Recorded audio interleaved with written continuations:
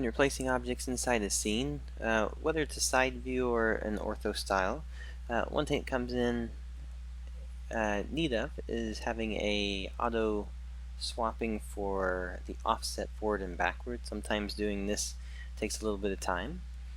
So if you scroll down to here, you'll see a option for swap front to back.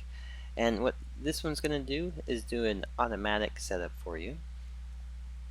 You can do enable on this option. Is moving is going to be if it's the player or an object with physics. You have a yellow little plus sign right here. This is going to be the pivot point, meaning wherever the pivot point is located, that's going to be telling all the other tiles whether it's in front of or behind the other object. Now this one's important to remember as well, is that swap front to back works only with objects that are swapped front to back. So if you have an object that's not set that way, it can be forced in front or forced behind through the standard offset. We'll go ahead and leave the show editor pivot point on so you can see it working there. And we're going to use the editor auto swap so that it's available while we're working in the edit mode. The other option, if you notice, we have the purple box around for our trigger.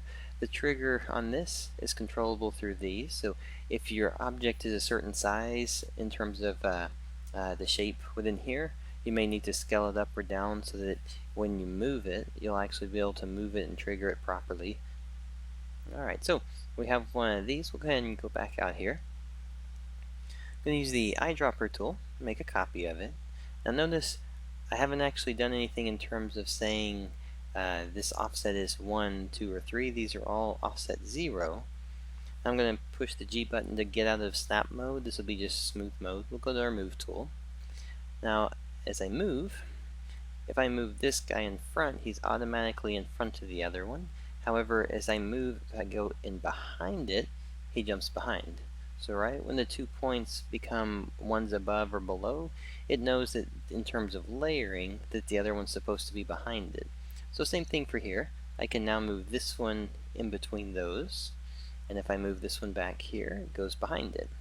And this is also based on, if you notice, it's smoothly going in between all of them.